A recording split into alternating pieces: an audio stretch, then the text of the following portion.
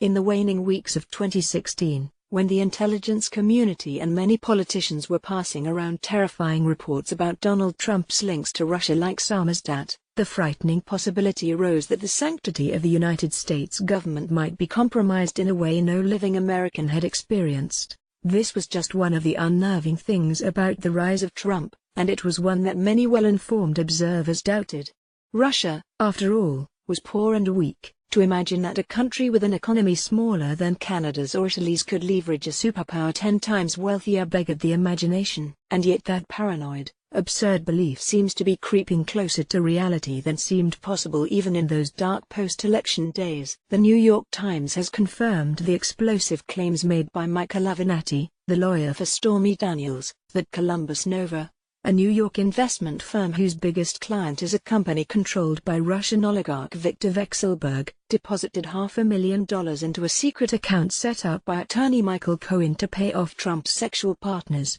The possible reasons for this arrangement run from brazenly corrupt to far worse. Columbus Nova said the hefty sum was a consulting fee paid to Cohen, hardly a benign explanation. Columbus Nova reportedly retained Cohen's services after Andrew Intrater, the company's American chief executive, met him while attending Trump's inauguration with Vekselberg, who is his cousin. Like all Russian oligarchs, Vekselberg operates in cooperation with the Putin government. The payments gave Russia several sources of possible leverage over Cohen and Trump. First, the money itself could amount to some kind of bribe, in return for which a favor would be expected. Second, Russia had knowledge of the secret payoff, which it could always expose. Third, the possibility, at minimum, exists that Russia knew the account was being used to silence Trump's mistresses, yet another source of compromise. For all the speculation about the existence of the P-tape, the latest revelations prove what is tantamount to the same thing. Russia could leverage the president and his fixer,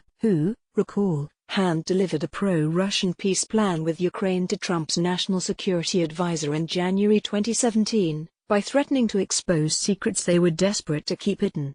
Whether those secrets were limited to legally questionable payments, or included knowledge of sexual affairs, is a question of degree but not of kind. Perhaps even more alarming has been the response of the political system to this crisis. The House of Representatives has assigned Devin Nunes, the chairman of the Intelligence Committee, as its point man to defend Trump against the Mueller investigation. The Department of Justice has a long-standing policy of keeping Congress out of active investigations, for the obvious reason that elected officials have a powerful incentive to interfere. Nunes has demanded the virtually unlimited right to get inside the Mueller probe. Officials in the Department of Justice have come to suspect his goal is to compromise the investigation by handing information from the prosecutors over to Trump. The Washington Post tonight reports another, and even more fanatical, step in Nunes's crusade. Last week, Nunes demanded a piece of information that the FBI and other intelligence officials believed would endanger a top-secret intelligence source. They prevailed on Trump to support their request to withhold the information which, they argued, would risk severe consequences including potential loss of human lives. Nunes is not only demanding the secret be revealed to him, but threatening to vote to hold Attorney General Jeff Sessions in contempt, and officials who secured Trump's support may have left out the fact that the source provided information to the Mueller investigation. As a result, several administration officials said they fear Trump may reverse course and support Nunes's argument.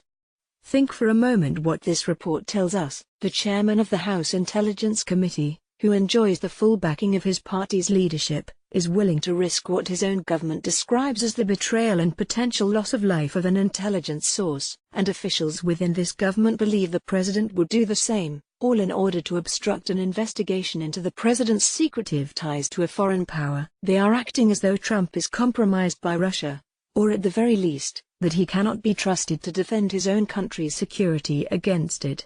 The sordid Russia scandal has already brought some version of a very dark nightmare scenario to life. This post has been updated with additional information about Columbus Nova's relationship with Michael Cohen.